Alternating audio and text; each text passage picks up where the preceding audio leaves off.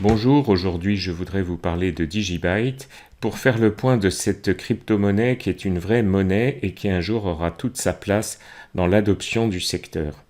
Alors comme d'habitude, je sélectionne des crypto-monnaies qui me paraissent intéressantes. Celle-ci a un fort potentiel, elle est un petit peu oubliée à des cours justement relativement très bas, bien qu'elle soit très originale et qu'elle corresponde à un besoin justement de vraie monnaie par sa rapidité, son coût, son efficacité. Mais surtout, restez bien avec moi parce que je fais une analyse graphique et une prévision de cours à la fin de cette vidéo. Je vais rappeler en quelques instants que mon optique de travail, c'est justement le moyen, le long terme, je veux dire plusieurs années, et c'est effectivement l'optique de l'investisseur comme vous, comme moi, dont je connais bien les besoins puisque j'ai été conseiller financier pendant 15 ans et je suis dans l'univers financier depuis une bonne trentaine d'années. N'oubliez pas de liker cette vidéo et de vous abonner pour être au courant des suivantes. J'édite aussi une lettre d'analyse sur les crypto-monnaies. N'hésitez pas à me contacter.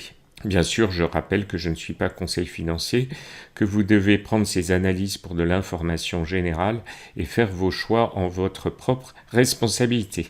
Donc nous allons commencer par une brève présentation. C'est une crypto-monnaie qui a été créée en 2014 par Jared Tate. Sa capitalisation est actuellement encore très modeste puisqu'elle est au 152e rang avec 325 millions de dollars. Et puis, ce qui la caractérise surtout, je le disais tout à l'heure, c'est l'extrême rapidité des transactions. Elle peut supporter 1060 transactions par seconde en ce moment. Le bloc de transactions prend 15 secondes.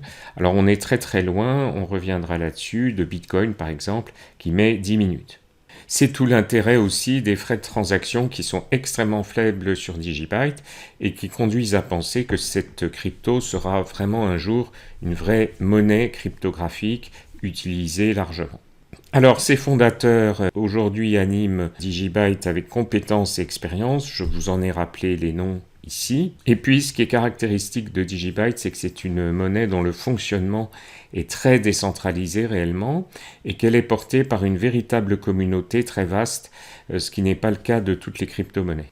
Quelques mots de caractéristiques techniques sans s'y noyer, mais pour montrer son originalité et sa qualité.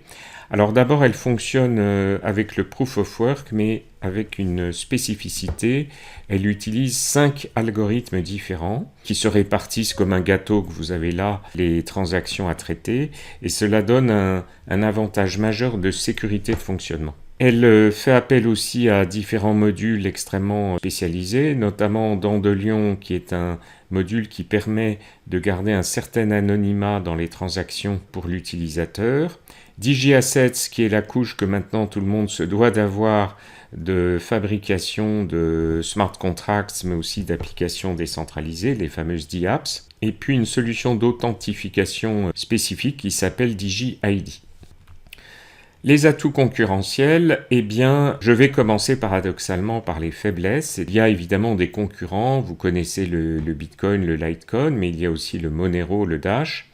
Jared Tate, le fondateur de 2014, a pris du champ parce qu'il s'est aperçu que les crypto-monnaies, d'après lui, étaient un objet de spéculation qui l'écœurait plutôt qu'autre chose. Mais en revanche, les trois fondateurs et le projet continuent d'avancer avec un certain nombre de partenariats. Même si en 2020, Cryptost qualifiait ce nombre de partenariats d'insuffisant. Alors ces partenariats, j'en ai pris quand même quelques exemples. Vous avez Safehaven, qui est une société de conservation de données. Vous avez Knit Finance. Vous avez Change Angel. Vous avez LCX, qui est une plateforme d'échange basée à Luxembourg, mais bien d'autres. Si j'en viens à la comparaison donc avec d'autres crypto-monnaies, la comparaison technique, elle tient la route.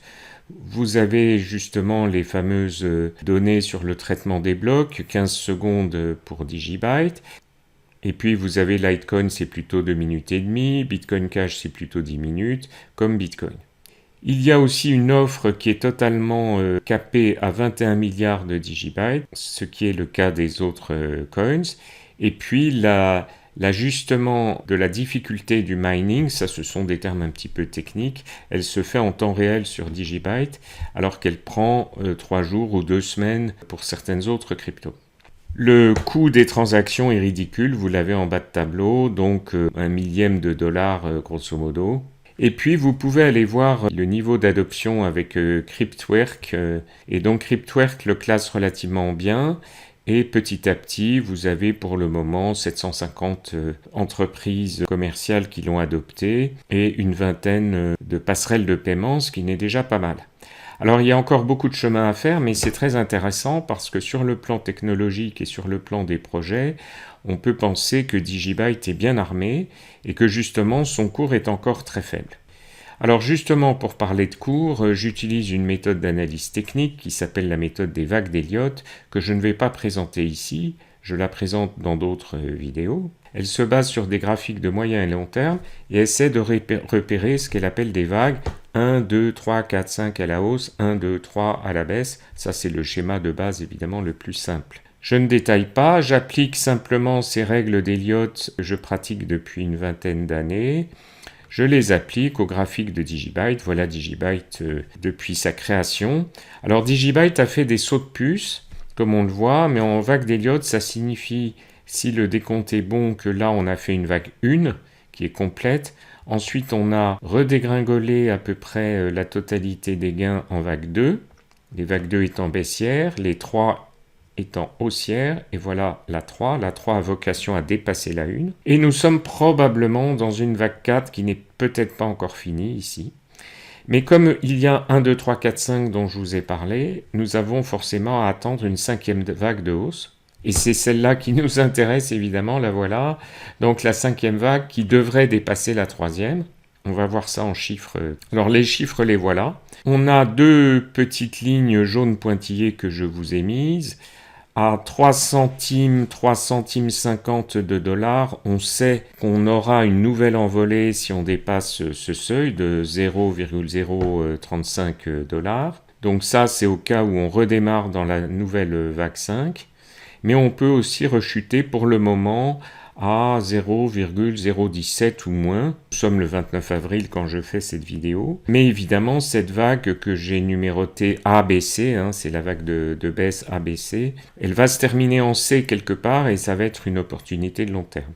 Alors ensuite, pourquoi c'est une opportunité de long terme ? Parce que d'après les calculs qui sont faits avec un autre outil d'analyse technique que les spécialistes connaissent, à savoir les nombres de Fibonacci, on peut calculer la vague d'après avec des jeux d'hypothèses, et les hypothèses seraient que Digibyte pourrait aller à 29 centimes ou à 47 centimes 50, je parle de cents de dollars. Voilà, donc un potentiel de revalorisation extrêmement important qui se ferait certainement à mesure de l'adoption et sur plusieurs années.